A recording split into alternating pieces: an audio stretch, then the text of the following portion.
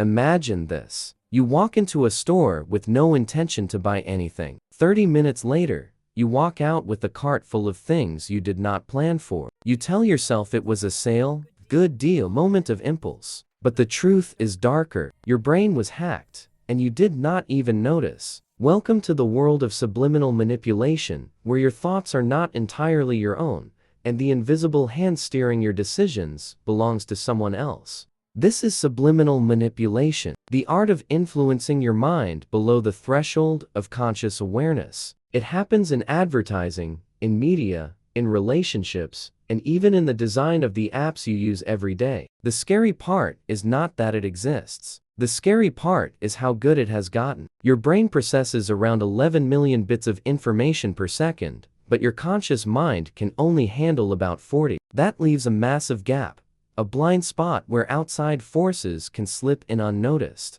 Subliminal manipulation targets that gap. It plants seeds in the soil of your subconscious, and by the time they bloom into decisions, you think they were yours all along. The mechanism is simple but brutal. Your brain loves patterns and shortcuts. It is wired for efficiency, not accuracy. So when you see the same image over and over, hear the same phrase repeatedly, or feel a certain emotion linked to a brand, your brain starts building associations without asking for permission. You begin craving things you never wanted. You start believing ideas you never questioned. And the kicker is, you defend these thoughts as if they came from your own free will. Evolution built your brain to survive in the wild, not to resist the psychological warfare of modern marketing. Back then, quick decisions kept you alive. Now, those same quick decisions make you click add to cart on things you will regret by morning. So how do you shield your mind? How do you build a firewall against forces designed to bypass your conscious defenses? It starts with awareness, but it does not end there. You need to become a skeptic of your own thoughts, which sounds exhausting because it is. But the alternative is worse. The alternative is being a passenger in your own life. First, slow down your brain. Subliminal manipulation works best when you are on autopilot. When you scroll mindlessly, when you shop while distracted, when you consume content without questioning it. The antidote is friction. Pause before you buy. Wait 24 hours before making any decision that costs money or emotional energy. This single habit destroys impulse manipulation because it forces your conscious mind back into the driver's seat. It is like adding a speed bump to your mental highway. Annoying, yes. Effective, absolutely. Second, notice the emotion before the thought. Manipulators do not start with logic. They start with feelings. They make you feel inadequate, then sell you the solution. They make you feel afraid, then offer safety. They make you feel left out, then dangle belonging in front of you like bait. Your job is to catch the emotion in the act. Ask yourself, why am I suddenly feeling this way? Did I walk in here feeling broken? Or did someone just tell me I was? When you name the emotion, you strip it of its power. It stops being a command and becomes just a suggestion. Third, starve the algorithm. Every click, every like, every second you spend watching something feeds the machine learning what manipulates you best. Social media platforms are not designed to inform you. They are designed to addict you. The content you see is not random. It is customized psychological bait, tailored to your weaknesses. You think you are choosing what to watch, but the algorithm already decided what you will crave next. The solution is brutal but necessary. Reduce your exposure. Unfollow accounts that make you feel worse about yourself. Delete apps that turn your attention into a product. Reclaim your input because your input shapes your output. Fourth, question the source. Who benefits if you believe this? Who profits if you feel this way? Every message has a messenger, and every messenger has a motive.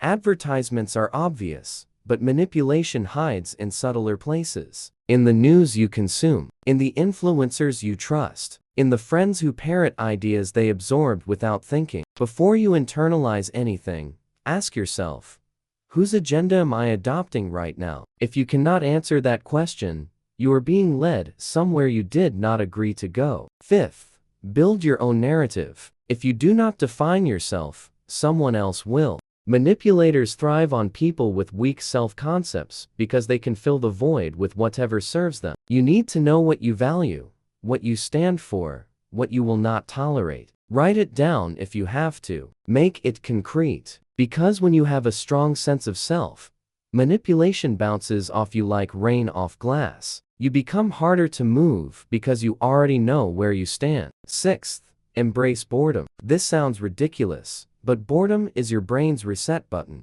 When you are bored, you are not being fed content. You are not being influenced. You are just sitting with yourself. And that is where clarity lives. Manipulators hate boredom because bored people start thinking for themselves. They start noticing patterns. They start questioning why they want what they want. Boredom is not emptiness. It is the silence between the noise. And that silence is where you remember who you are without someone telling you. Seventh, track your behavior changes. If you suddenly care about something you never cared about before, ask why. If you suddenly feel the need to buy something, change something, or become something, trace it back. When did that thought first appear? What were you watching, reading, or listening to when it showed up? Manipulation leaves fingerprints. You just have to look for them. Keep a journal if it helps. Write down what you wanted last month versus what you want now. If the shift happened fast and you cannot explain it,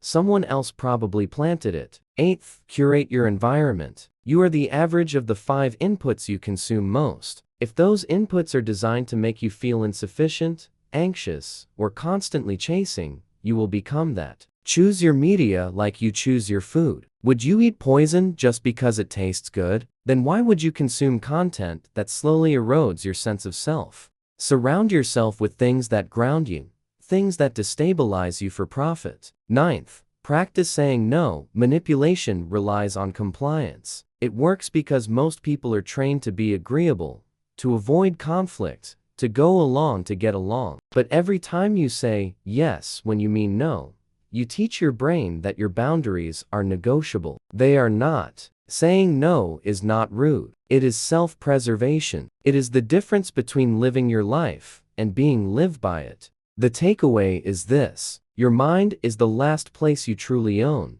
but only if you defend it. Subliminal manipulation is not some conspiracy theory. It is a billion-dollar industry built on the fact that most people do not realize they are being influenced until it is too late. The world is full of people who want to rent space in your head, and they will do it for free if you let them. The cost comes later, in the form of decisions you did not really make, beliefs you did not really choose, and a life that does not feel like yours. You cannot eliminate manipulation entirely. It is baked into the architecture of modern life, but you can become aware enough to see it coming. You can slow down enough to question it, and you can build a strong enough sense of self that when someone tries to steer you, you notice the hand on the wheel. That is not paranoia. That is sovereignty. And in a world designed to think for you, thinking for yourself is the ultimate rebellion.